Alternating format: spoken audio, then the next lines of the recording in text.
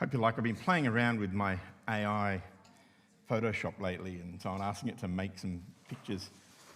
I only argued with this one for a little while. It kept putting up north, south, east and west, and I kept telling it to take the words off the sign, and it kept saying, here's the sign with the words removed, and the words were still there. So, AI is not that brilliant, but we eventually prevailed. But as you can gather from that, I'm starting a series for the next few weeks talking about worship directions. And today I want to talk about up and in. And the thing is that, see, today we are partaking in something that gets called a service of worship. And it's not that there's some worship at the beginning and then we have communion and then somebody blathers for a while. The whole thing is a service of worship. And the thing is, as believers, we exist to share in the joy, the pleasure that God experiences in loving us. And so our whole reason for being here is to worship God, but to worship Him by enjoying that act of worshiping Him. And you might remember, I think I've said before, that the way I define worship is our action as we approach God and our reaction when we meet His presence. We exist to share in the joy, the pleasure that God has. The book of Revelation at the end of the New Testament has these wonderful words, often turned into song. You are worthy, O Lord our God, to receive glory and honor and power, for you created all things, and it is for your pleasure that they were created. And before I go much further, I need to, dispel any possible misconception that God demands our worship like some egotistical dictator. There's probably no person more unpopular than someone who's always fishing for compliments. And it's not that God is fishing for compliments, wanting us to, tell Him how great He is all the time. It's that He knows, as I said before, that we have a need for Him. And one of our needs is actually to worship Him. Our very nature as human beings, in a way, requires worship for us to fully and appreciate and enjoy God. And so when I'm talking about worship today, and I'm talking about worship directions, the thing about, that is if I were to look up worship in a thesaurus, I might find some other definitions, other words. And things like adore, admire, esteem, exalt, love, magnify, respect, reverence, rejoice. Now, I don't know whether you noticed, but, the English teacher-ish part of me, which I never was an English teacher, but I like words, comes out, is that they are all verbs.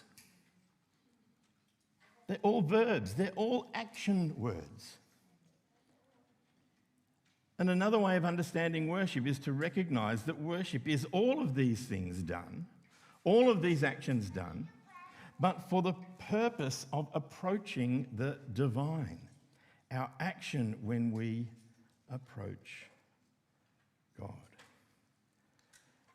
And I'm not going to give you worship directions in the sense of why don't you all stand, raise your hands, clap or kneel. But I'm going to talk about the directions that are involved in our worship. And the first one really is up. In the year that King Uzziah died, I saw the Lord seated on a throne, high and exalted, and the train of His robe fills the temple. Wonderful passage from the prophet Isaiah. Now, to start, I'm not saying up because God in some way is up there above the clouds, up in the sky, as if we could forget worship as the way to approach God and instead get a ticket on some, rocket and approach God that way. But up in the sense that God is bigger and greater than us. As Isaiah 55:9 says, for as the heavens are higher than the earth, so are my ways higher than your ways, and my thoughts than your thoughts. The Bible talks of our worship and our prayers going up to God in the sense that they leave our mouths, our hearts, and our minds, and as God is so much more in his being than we are in ours, they go up to him. Not up in that, three-dimensional direction, but just that he is bigger, he is greater than us. And up is a way for our, puny human existence to perhaps picture and understand that. One place I have loved visiting in the UK when I've been there is Salisbury Cathedral. To stand looking up at its impressive spire. And in the physical act of looking up, I find my mental and spiritual perspective changing. Some things grow, other things diminish. There's a reason that, churches for centuries had architecture that emphasised the vertical. It wasn't to point to a God who was up there and far away, but to lift our gaze from the things that distract us, help us to go up, to worship God. Even the interior of those cathedrals has that vertical dimension to them. Imagine 800 years ago, imagine even 200 years ago. A church spire would be likely to be the tallest thing around. And the way they were shaped, tapering, indicating to continue to go, to look up, to be aware of the divine. I remember when we lived in Torquay, driving from Torquay up to Geelong one time, and there was the a skyline that you would see as you drove up, and one of the things you would see was the spire of St Mary's Basilica. It's quite tall. Then one of the other things you would see would be the brand new, as they installed tall lights at the football stadium. I remember driving once and thinking about the difference of that as the lights, even in their architecture, the way they were, went up and then bent over to point back down again, because that's the point of them, for lights.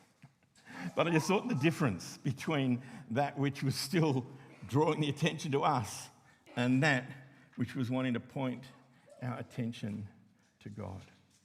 And there are so many psalms that talk of lifting up. Lift up your heads, O you gates, be lifted up, you ancient doors, that the King of glory would come in. Bring joy to your servant, for to you, O Lord, I lift up my soul. Or let me hear your loving kindness in the morning, for I trust you. Teach me the way in which I should walk, for to you I lift up my soul. And on it goes. On it goes. There's something about lifting up. It actually requires some action. It requires some work. Our will is involved. Worship is a choice that we make. There are times that it can be costly in terms of effort. And perhaps we could call that lifting up effort that we put in praise. If you wanted to, think, is praise different from worship? Well, might be part of worship, worship being all that we do. And we might call the lifting praise. We tend to think of praise as just words that we might sing, but the Bible suggests that it's more than that. In the 4th year, all its fruit will be holy, an offering of praise to the Lord, in Leviticus. The fruit of the land was given as an offering at a cost to the Lord. It was praise. As I said moments ago, lifting up requires effort. It can be hard, it can be costly, and a sacrifice is meant to actually cost us something. So where we read it says, through Jesus, let us continually offer to God a sacrifice of praise, the fruit of lips that confess his name. There's a sense in which Jesus has paid the cost. It's through Jesus that we might offer this sacrifice of praise, through his sacrifice, but we ourselves can also bring, and it might cost us. I'm sure we've all been guilty of leaving a service, maybe saying things like, I didn't like worship today, it did nothing for me. Well, next time someone says that, you can say, well, it wasn't you that we were worshipping. Or maybe you've been somewhere where people have said, I didn't get anything out of worship today. Maybe you should say to them, well, actually, you were meant to be putting something into it. We bring, it says. What did you bring today to worship? Just a little story. Many years ago when I was at uni in Sydney, I was part of a church plant, and the worship leader used to stand at the front and encourage us to give a clap offering to the Lord. And I used to hate that. It's like, just let people do what they feel comfortable doing, which is what I still think is probably the best way to lead if you're leading, guys. But he used to do that. And it seemed forced, and it kind of was forced. But one day, I must have been especially receptive. As he said that, the Holy Spirit actually said to me that it was going to cost me to do that because I didn't want to do it. So maybe I should do it because then it would really be a sacrifice, because it would be costing me something that I was a bit uncomfortable about. And I had to think about that and do it and take away from that maybe there are times when my praise, when my worship would cost me a bit, and maybe that would be a sacrifice. And maybe the cost is singing songs you don't like, to music that's a bit out of time, or in a place that's not as comfortable as you would prefer. But again, that's just limiting the idea of worship to what we do here on Sunday, when really it perhaps should be a whole lot more of our life. You know, the cost of, let me get back to my spot here.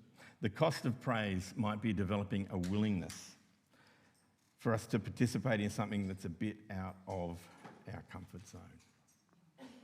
But you know, more often I think the cost is in the effort we have to put in, perhaps to simply lift our soul, because all these places where the psalmist's saying, you know, I lift my soul, I lift this to you, you know, it's not always easy to lift our soul because it can be heavy. Our spirits can be heavy. I remember when our little girl was in primary school, I think we weighed her backpack once and it was 20 kilos, and I think she probably only weighed 18 kilos herself at the time or something. It's just ridiculous what they were expected to take to school.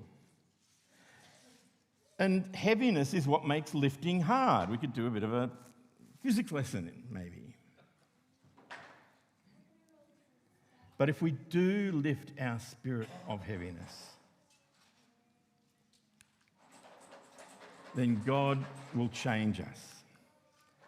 Because he promises that if we bring that heaviness, he will exchange it for a garment of praise, to console those who mourn in Zion, to give them beauty for ashes, the oil of joy for mourning, the garment of praise for the spirit of heaviness, that they may be called trees of righteousness, the planting of the Lord, that he may be glorified.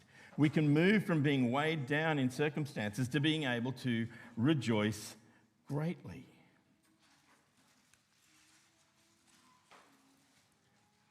We don't choose the purest lamb from our flock anymore, the one worth the most, and sacrifice it on an altar. We don't have to change our money for special temple money or buy a dove killed in a ceremony, you know, to make us clean to approach God. We can now bring our thanksgiving, our praise, and our worship to God. And as we bring those things to him, he promises to accept us, to open up to us in a way that can bring amazing change. This verse here again from Isaiah, I will greatly rejoice in the Lord. My soul shall be joyful in my God, for he has clothed me with the garments of salvation. He has covered me with the robe of righteousness. Talk about the garments of praise. We bring our thanksgiving, our praise, and our worship. Enter his gates with thanksgiving and his courts with praise. Give thanks to him and praise his name. And you might have noticed here that we've shifted directions a little bit from the lifting and the up to an entering and an in. One of those other worship directions. The way we worship in. Back in the Old Testament, where David's talking about worshipping God and being in God's presence, he writes this, "O God, you are my God, and I shall seek you earnestly. My soul thirsts for you, my flesh yearns for you, in a dry and weary land where there's no water. Thus I've seen you in the sanctuary to see your power and your glory." An amazing experience for him to enter into the sanctuary. But even David could not enter in to the most holy place in that tabernacle, the Holy of Holies, behind the veil, which only the high priest could enter once a year. But now, because of what Jesus has done, in Hebrews we're told, brothers and sisters, since we have confidence to enter the most holy place by the blood of Jesus, by a new and living way opened for us through the curtain that is his body. Remember, if you know, on the Friday, Good Friday, when Jesus was crucified, at the moment of his death, the temple curtain into the Holy of Holies tore in two. And there was no longer that barrier because the way had been open now for all to enter in. And the way we tread along that open pathway is in worship. Worship is the beginning. Worship, in a way, is our running to God. In one sense, most of the people in the Old Testament worship God at a distance. And unfortunately, we might often do that too. But we needn't. We can now worship God sitting on his lap. We can now worship God embraced in his arms. In one way, this is another aspect of up as well. If our praise goes up to God because we picture him as greater, higher above us than our worldly circumstances, when we approach God in worship, we also go up to be with him. A little child running towards their parent is perhaps a good analogy of the example of us running to God in worship. And I just thought, I wished I'd put the picture up here. I took a picture when Josh came back his first Sunday from being overseas and was preaching. And little Georgie came out. And I think Liz thought she was just going to come out and look to see where Dad was. But no, she came and walked right up here. And I just loved that Josh just turned, talked to her, loved her, listened to what she had to say, and off she went happy. And I thought he could stop there. That's the gospel. That's everything I would ever want my whole ministry here, if ever, to be summed up by the fact that God's a Father who loves us and we can come to him and he's not going to say, go away, I'm busy with something else. He's going to take time. Because it is that as we run into God as part of our worship, then part of that worship is God then lifting us up. If you're a parent and you're physically able, I'm sure that when your young child came to you as a toddler, you bent down to lift them up, to pick them up, to hold them at your level and to love them. Worship in the beginning, our running to God, the in, is then God lifting us, the up. And as that happens, his nearness dispels our heaviness, our fears, even our failings. They all drop away, replaced by his presence. The exchange from the spirit of heaviness to the garment of praise is what happens when we approach God in worship. That drawing near to him causes us to rise with him, to be lifted up by him and in him. Praise and worship opens up for us the presence of God. Two directions of worship, up and in. To lift our gaze, metaphorically, maybe even literally, from that which troubles us to the one who is eternal and eternally good. In, that we can go into his presence. You've made known to me the path of life. You will fill me with joy in your presence, with eternal pleasures at your right hand. As we become more and more aware of that, we end up perhaps with a cycle of worship. As I said, if worship is our action at approaching God and our reaction at his presence, at his beauty.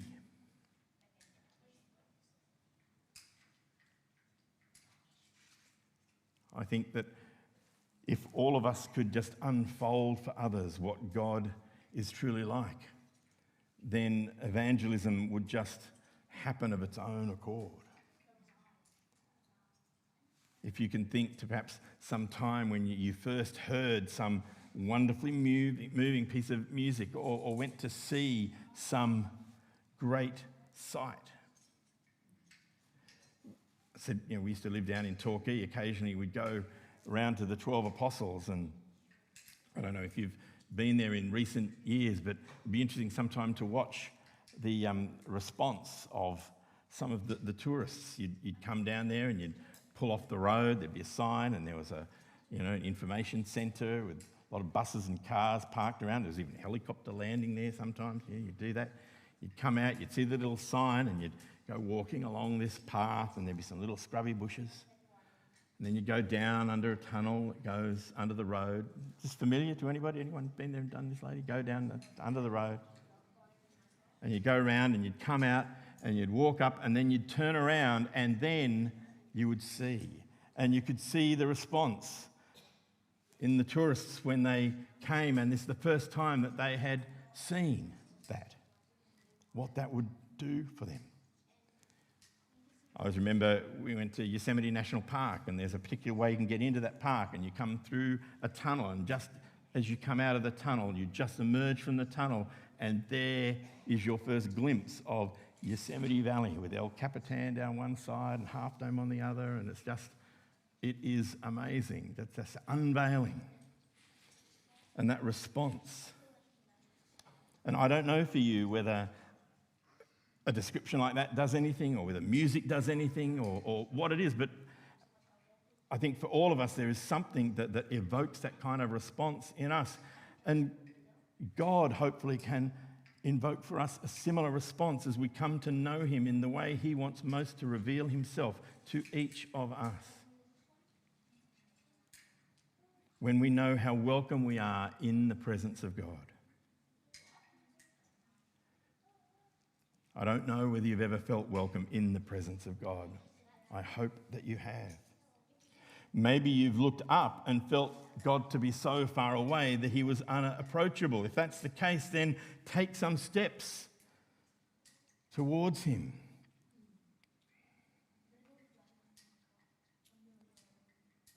That he would then take that which is heavy and replace it with that which is righteousness and life. So much in the scriptures encourages us to magnify the Lord, to lift up our voice, to lift up our heart, to lift up our soul. I'll talk next week about a couple of other worship directions. But as the music team comes, let me pray.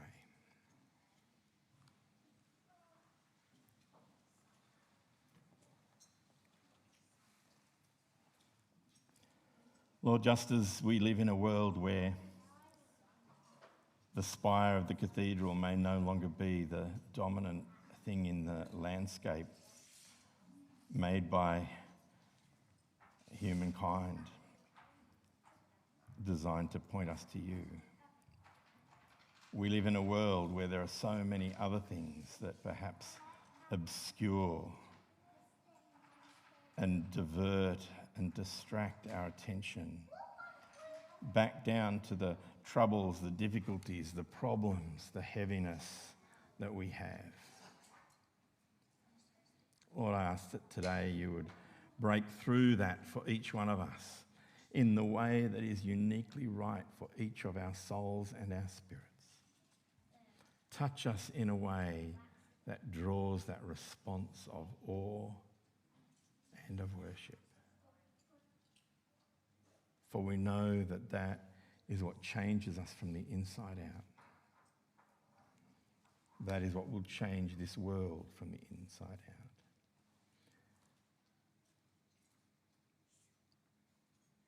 Lift up your heads, O you gates, open up the ancient doors and let the King of Glory come in. Lord, however we choose to worship, might it not be for us just a word that labels something that we attend or that others do, but might we realise it as a description of the actions that we ourselves might take as we adore, as we esteem, as we love, as we honour, as we value, as we ponder.